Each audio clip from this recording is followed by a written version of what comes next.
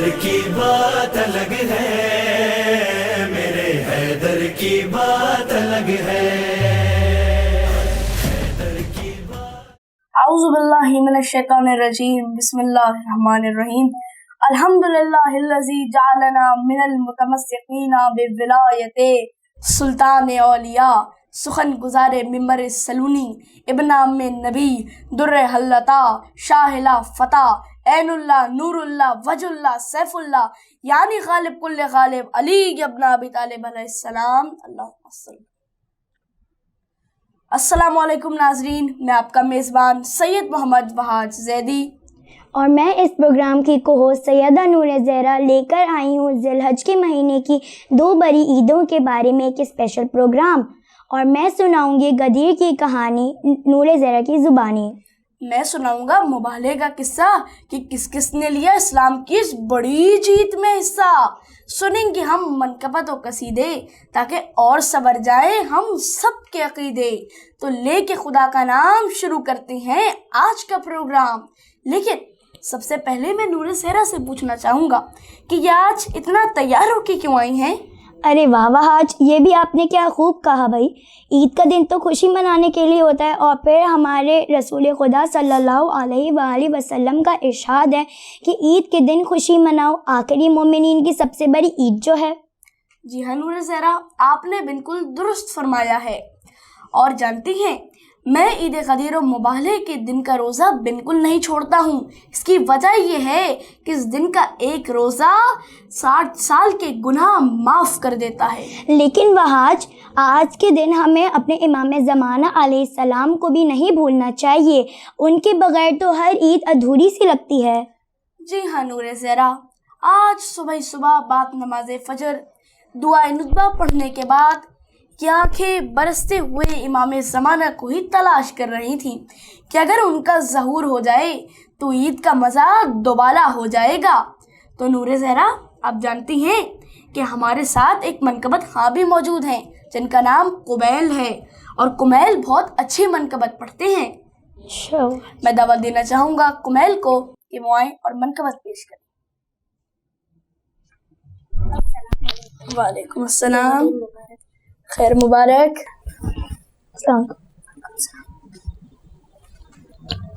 تو جی کمیل، آج آپ ہمیں کیا سنائیں گے؟ میں آپ کو عید غدیر کی منقبت سناؤں گا۔ شروع۔ بر محمد و آل محمد صلوات، اللہم صلی علی محمد و آل محمد۔ بلا رہے ہیں پیغمبر، چلو غدیر چلو، چلو غدیر چلو، یہی ہے مرضی داور، چلو غدیر چلو، چلو غدیر چلو، نہ دیکھا ہوگا کبھی ایسا منبر پالان، نہ دیکھا ہوگا کبھی ایسا منبر پالان، جو دیکھنا ہو تو منبر چلو غدیر چلو، چلو غدیر چلو، نبی نے حق کے رسالت ادا کیا کیوں کر، نبی نے حق کے رسالت ادا کیا کیوں کر، جو دیکھنا ہو یہ منظر چلو غدیر چلو،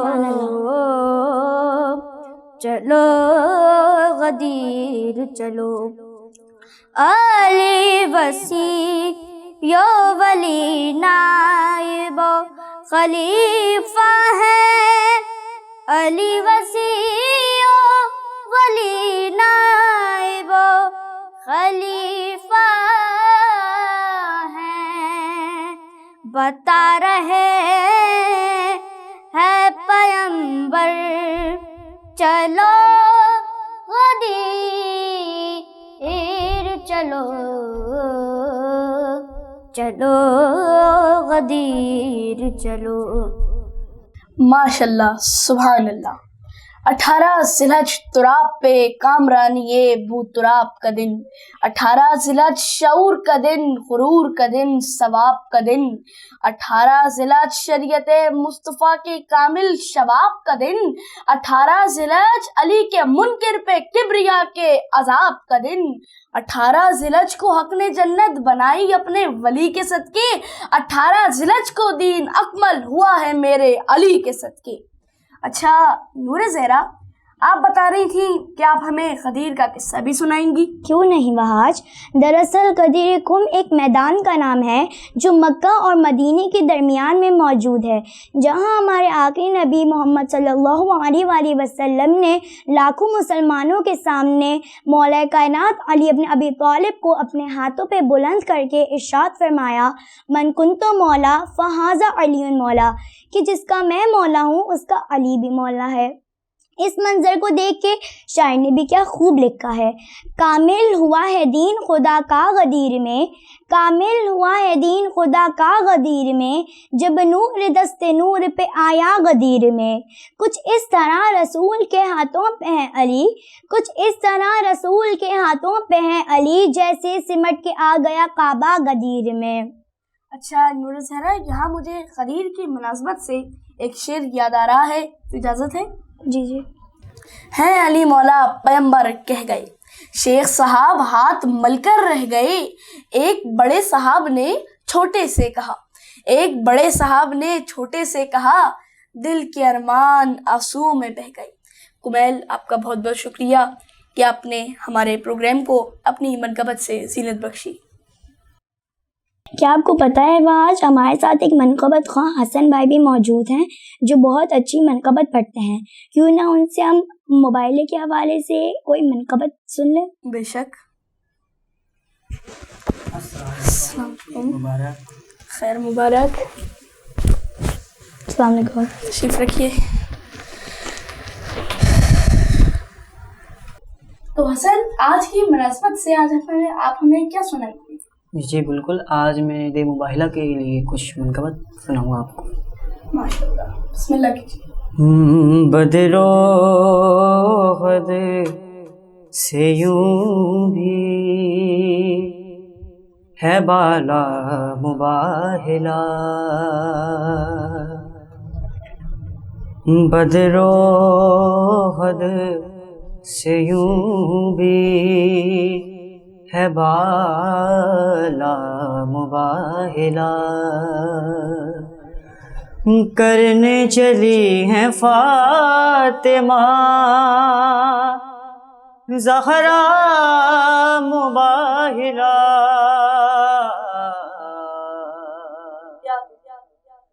بدرو غد سے یوں بھی ہے بالا مباہلہ، سبحان اللہ۔ اسلام ہار جاتا صداقت کی جنگ میں، اسلام ہار جاتا صداقت کی جنگ میں، مل کر بھی کل مدینہ جو کرتا مباہلہ،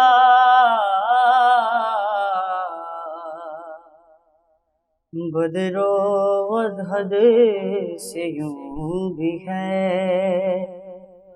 بالا مباہلہ، بن جاتا ایک پل میں مدینہ بھی کوہ طور، بن جاتا ایک پل میں مدینہ بھی کوہ طور، جل جاتی کائنات جو ہوتا مباہلا، بدر و حد سے یوں بھی ہے والا مباہلا، وہ تو نساء وحی کے سبب آ گئی بطور، وہ تو نساء وحی کے سبب آ گئی بطور، ورنہ تو جیت سکتی تھی فضا مباہلا، بدر و حد سے یوں بھی ہے بالا مباہلا۔ ماشاء اللہ، سبحان اللہ۔ حسن، آپ نے اپنی اس منقبت سے ہماری اس محفل کو چار چاند لگا دیا۔ وحاج، آپ نے تو کہا تھا آپ موبائلے کا قصہ سنائیں گے، تو آپ سنائیں۔ اس سے پہلے میں ایک موبائلے کے حوالے سے ایک شعر سنا سکتی ہوں؟ اجازت ہے؟ بالکل بالکل۔ گھر سے مباہلے کے لیے پنجتن چلے، گھر سے مباہلے کے لیے پنجتن چلے، کچھ پھول جو بن کے بقارے چمن چلے، اس قافلے کی جیت پہ کیوں نہ یقین ہو، اس قافلے کی جیت پہ کیوں نہ یقین ہو، جس قافلے کی پشت پہ خیبر شکن چلے۔ ماشاءاللہ، سبحان اللہ۔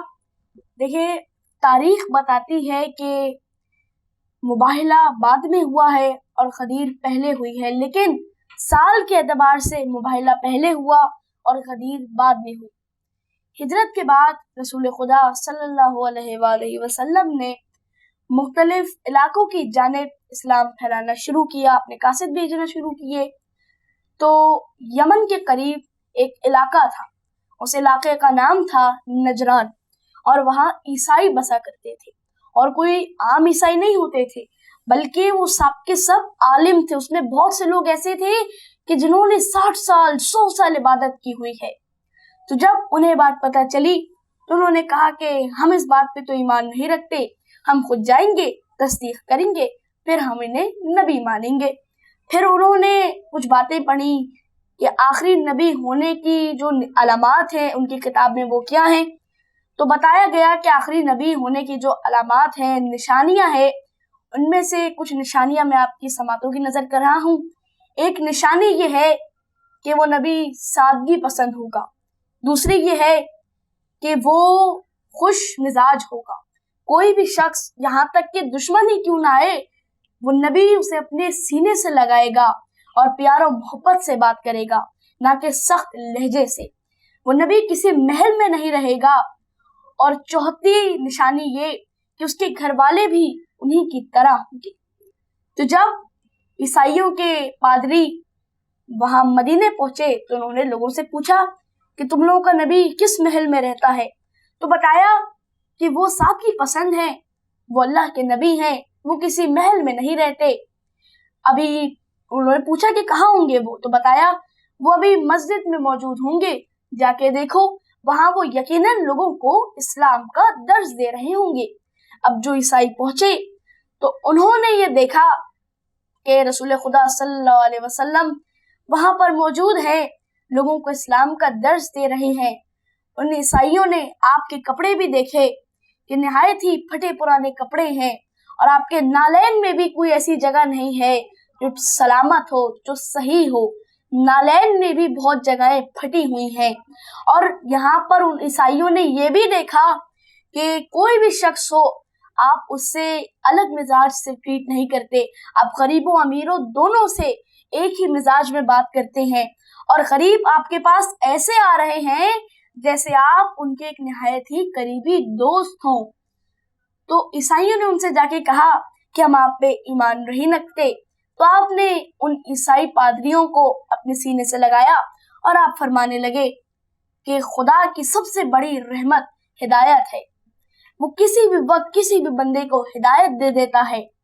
پھر عیسائیوں نے کچھ ان سے سوالات کیے. ان میں سے ایک سوال یہ تھا کہ عیسیٰ کے بارے میں وہ کہتے تھے, عیسیٰ کو اب بھی کہا جاتا ہے, حضرت عیسیٰ کو ابن اللہ یعنی اللہ کے بیٹے. پوچھا کہ حضرت عیسیٰ کے بارے میں آپ کا کیا خیال ہے؟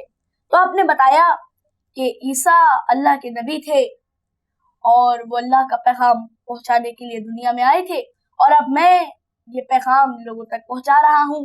تو عیسائیوں نے فوراً کہا کہ نہیں, ہم یہ بات نہیں مانتے. 3 دن تک رسول خدا سے بحث چلتی رہی, اور حد تو یہ ہو گئی کہ سورہ مبارک آل عمران کی یہ آیت آ گئی کہ میرے حبیب ان سے کہو کہ یہ اپنے بیٹے لائے, ہم اپنے بیٹے لائیں گے.